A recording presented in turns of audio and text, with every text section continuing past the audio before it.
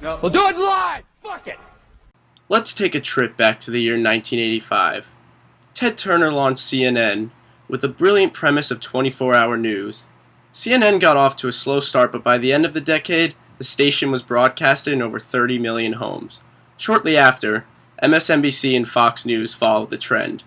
The current 24-hour news cycle is the most pervasive, yet the worst news source. What the hell went wrong? First off, journalism transformed from a noble profession to a business. With business comes competition. Therefore, there is always a rush for the better ratings. Entertainment and sensationalized stories typically bring in more viewers, and therefore, some of the more important stories tend to get cast to the side, in favor of topics such as personal scandals and celebrity deaths. There is also quite a bit of bias in the news.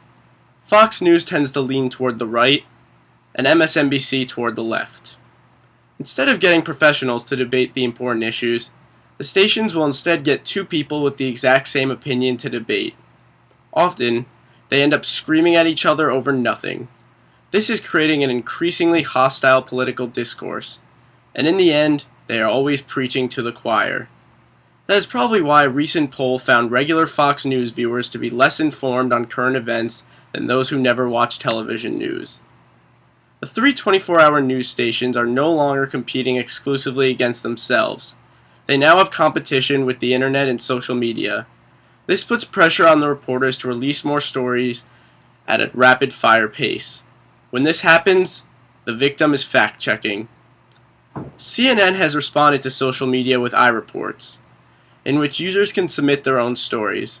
This might create individual empowerment, but it also allows untrained and unreliable journalists a voice amongst professionals.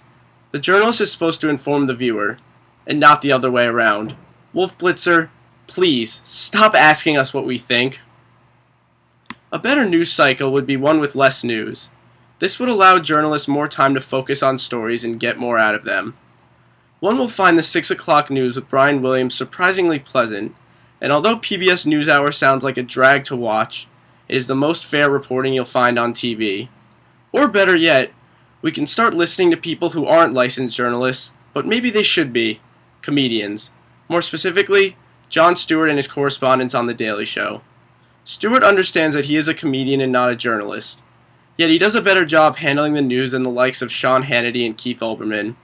In fact, Daily Show viewers are reportedly more informed than viewers of actual news shows. Now, that doesn't mean that one should only watch Stewart and not follow real news. Stewart keeps the real journalists in check, and he does a better job at being fair and balanced. Stewart is proud of his liberal views, yet staunch conservatives such as William Kristol and Newt Gingrich repeatedly come back to The Daily Show for the lively and informed debates they know they will have. Plus, their opinions will get across to an audience who normally wouldn't listen. It is sad to say that it is hard to trust journalists in this day and age. Stewart is trustworthy because his intentions are clear. He wants to make us laugh. In the end, more news makes us less informed. It is better to focus on integrity than it is to focus on ratings and popularity. Thank you, and I hope you'll listen.